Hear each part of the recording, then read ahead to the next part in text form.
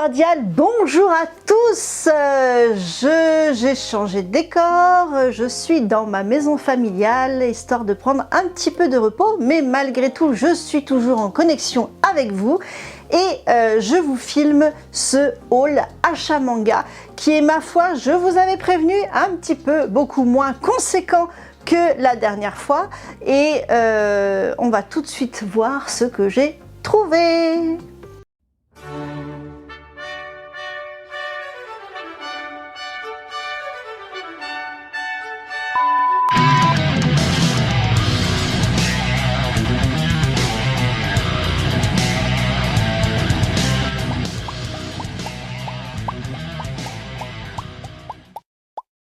On est sur un parfait équilibre, 3 mangas avec leur suite et 3 nouveautés. Donc on commence tout de suite avec les suites. Je suis toujours aussi fidèle à Remède Impérial. Hop là, voilà notre petite chirurgienne préférée, Koyo, qui dans ce tome 7 de Toru Himuka, eh bien elle devait aller dans ce fameux village où il y avait une maladie mystérieuse et on sentait bien que c'était un piège. Alors qu'en est-il? Eh bien nous allons le découvrir. En tout cas, le dessin me plaît toujours autant, on ne s'ennuie jamais avec elle, il y a toujours de l'attention. Voilà, mais on se régale, n'est-ce pas, n'est-ce pas? Ouais, non, franchement, c'est un titre tout à fait sympa chez Kurokawa. Moi, j'aime bien. C'est dans la vibe chinoise un petit peu, et en même temps ce côté un petit peu drama chirurgical, n'est-ce pas, avec des antagonistes tout à fait flippants, beaux mais flippants.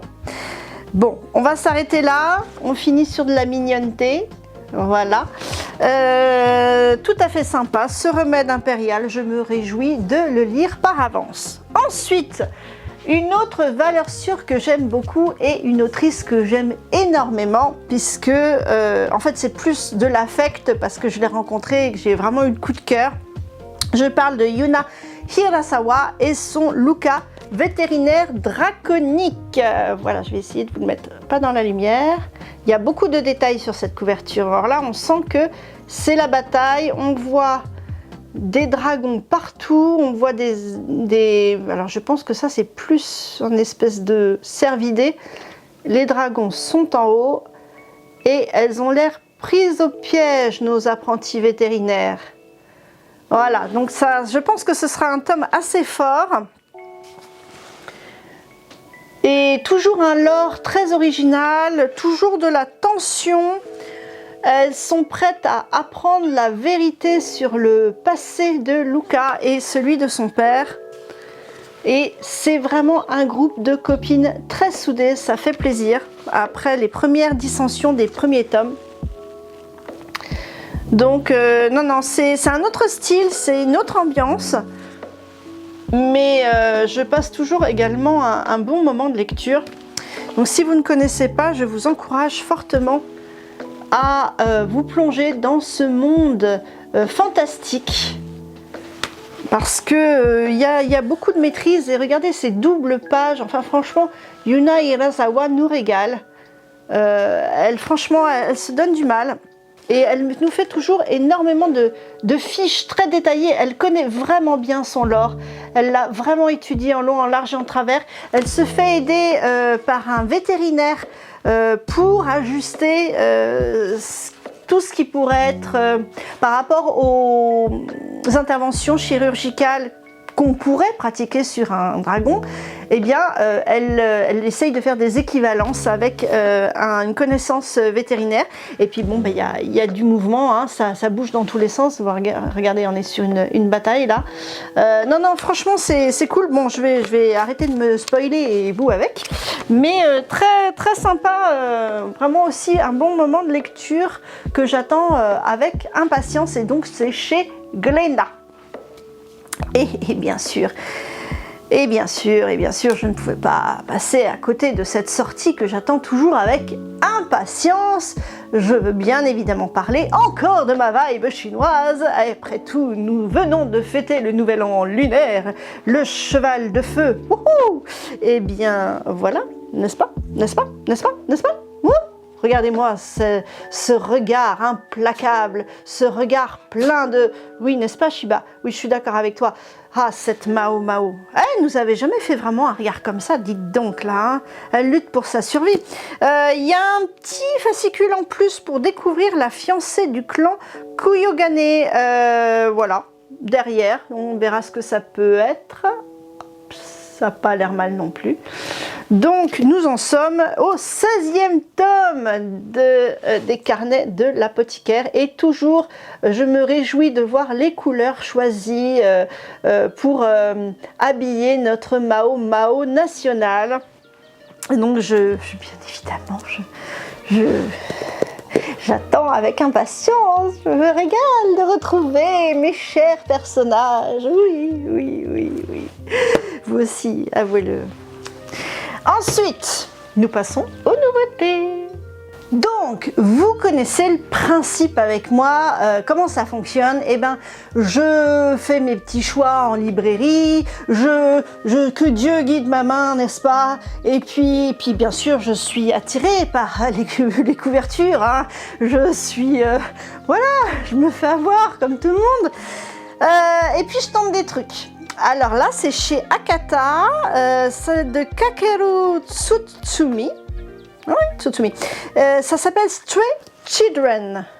Voilà, donc c'est a priori quelque chose qui doit se rapprocher de la science-fiction. Alors, on lit ensemble. Oui, c'est de la science-fiction, de la romance, et c'est une histoire de perte de mémoire, a priori. Donc, vaut-il mieux vivre sans pouvoir se souvenir ou sans pouvoir oublier? Ah, mais nous sommes totalement dans un thème philosophique, n'est-ce pas, Gatsu Sensei?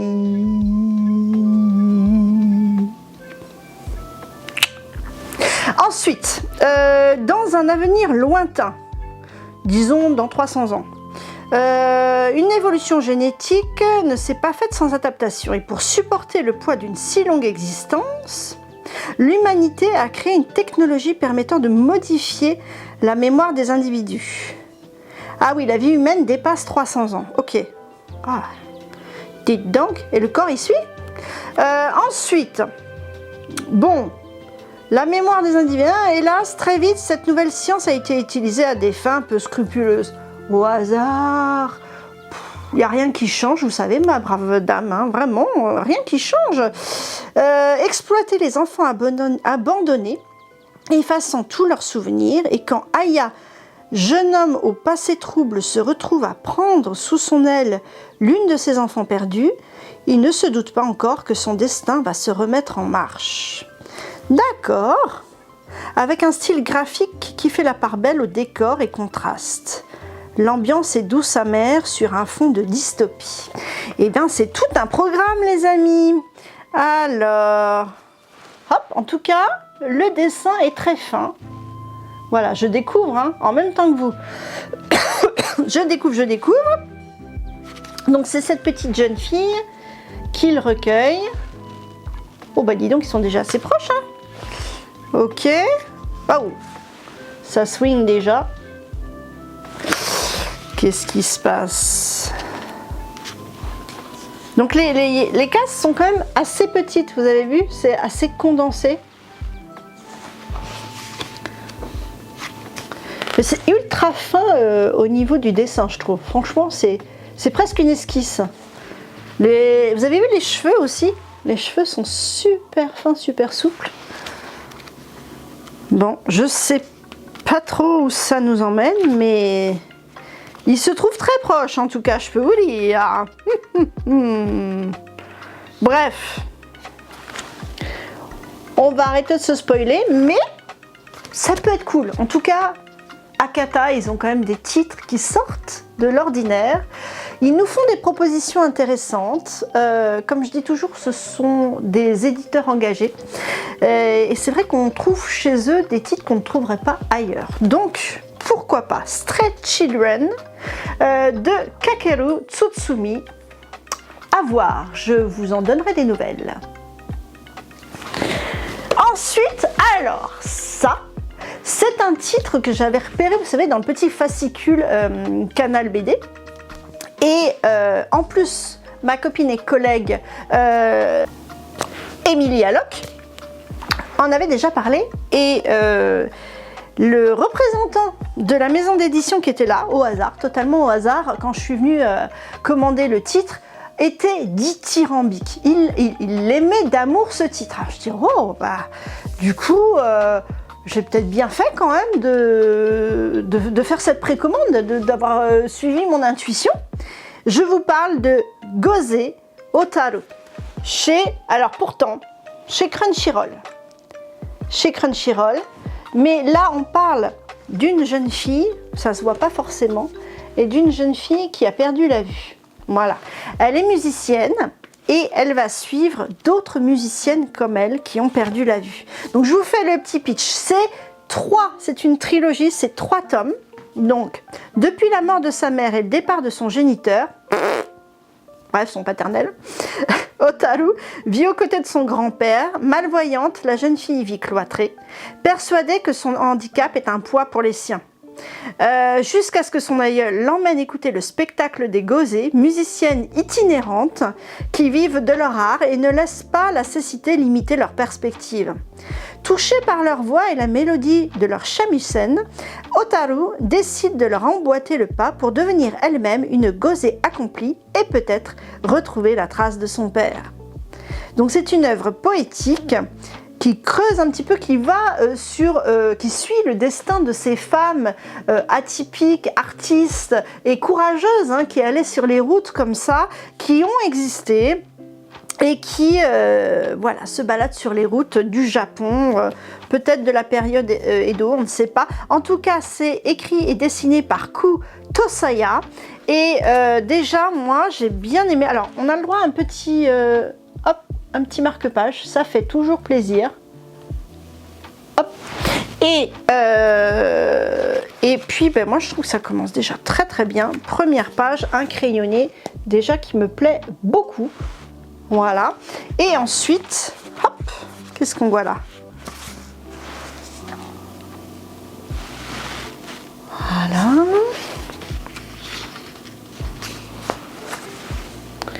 J'aime bien le style de dessin. J'aime bien le style de dessin. C'est quand même mignon. Il y a des choses mignonnes, des expressions mignonnes. Hop. Voilà. Et c'est Gozé. Je pense que ce sont elles. Je pense que ça va créer un certain lien. Et alors, on a de la chance, j'ai droit à un deuxième. Je sais pas si c'est un hasard ou pas. C'est cool. Voilà. Bon, donc, je pense qu'elle va les suivre et c'est, je sais pas, je sais pas trop à quoi m'attendre, mais je pense que ça va me plaire. Je le sens comme ça. En tout cas, je vous en donnerai de nouvelles. Donc, Gozé ou Gosé, je sais pas comment on dit, Hotaru, de Ku Tosaya chez Crunchyroll. En tout cas, la couverture est très jolie aussi. Et pour finir, une romance chez Delcourt Tonkam dans l'édition Moonlight, enfin dans la collection Moonlight. Je vais y arriver. Par-delà les neiges éternelles. Tac, tac, tac, tac, tac. Voilà. Voilà. Donc les deux protagonistes. Tac. Donc, Muku Shiroshika, jeune fille espiègle, vit dans la préfecture de Fukui où la neige tombe sans cesse. Hein. C'est un peu Hokkaido, c'est sans doute au nord du Japon. Elle a passé toute sa jeunesse à vivre sous le même toit que sa grand-mère, sa mère et sa petite sœur, donc vraiment une communauté féminine, et à s'occuper quotidiennement de son grand-père. Voilà, elle est aide à domicile, enfin aidante. Vous voyez, ces proches qui sont vraiment, qui sont investis auprès d'une famille qui a une grosse pathologie. Elle dédie ainsi sa vie à s'occuper des autres, jusqu'à en oublier ses propres désirs et qui elle est réellement. Ça, c'est important et c'est toujours intéressant à souligner. Pourtant, un beau jour, en montant à bord d'un train, elle tombe nez à nez avec un jeune homme de grande taille à la mine sombre et plutôt renfermée. Avec cette rencontre, le destin de Moukou pourrait bien changer une seconde fois. D'accord, je ne veux pas vous dire ce qui est marqué en dessous parce que ça pourrait spoiler. Mais c'est intéressant et ma foi, le dessin est pas mal du tout quand on ouvre comme ça les premières pages. On va voir ce que ça donne. On va voir ce que ça donne. Il y a 4 tomes, je le vois derrière, 4 tomes en tout. Donc ça aussi, c'est une petite série. Ça ne va pas chercher très très loin, suffisamment je pense pour développer cette romance. Mais voilà, donc on va voir ce que ça donne. En tout cas, ils ont l'air ben mignons, ben mignons. Je vous en trouve une dernière pour la route. Allez, c'est chouki, chouki, chouki. Voilà. Ah oui, c'est déjà fini. Ouais, je sais. Ouais. Ah. Je ne peux pas gagner de gros lots à chaque fois. Hein. L'important, c'est la qualité et pas la quantité, n'est-ce pas, bande de gens? Sinon, rendez-vous. Alors, c'est vrai que j'ai un peu d'avance avec ce haul achat manga parce que j'ai mon planning qui va un peu bouger. Donc, je vais vous le balancer là, comme ça, maintenant. Mais, bande de gens, rendez-vous dimanche, 17 h. Je compte sur vous. Je compte sur vous parce que ce sera mon premier live et je compte sur vos questions, à peu près tout ce que vous voulez, dans la limite du raisonnable et de la décence, n'est-ce pas, si possible autour du manga ou de mon expérience avec le manga. Et donc je fais ce premier live sur YouTube. Faut me donner de la force parce que c'est ma première fois, je ne sais pas trop ce que ça va donner. On espère qu'il n'y aura pas de problème technique. Déjà qu'il y avait un problème la dernière fois, quand j'ai voulu me lancer, je me suis aperçue que la fonctionnalité, il fallait qu'elle mette 24 heures pour s'activer sur YouTube. Bref. Je compte sur vous, on va voir ce que ça donne. Ça peut, à mon avis, c'est hyper cool parce que moi j'adore répondre à vos commentaires, j'adore les interactions, être avec vous sur Instagram et tout, donc je me réjouis quand même vachement. Donc je compte sur vous et je vous dis à très bientôt, cordialement vôtre. Je suis observée, elle fixe mon âme.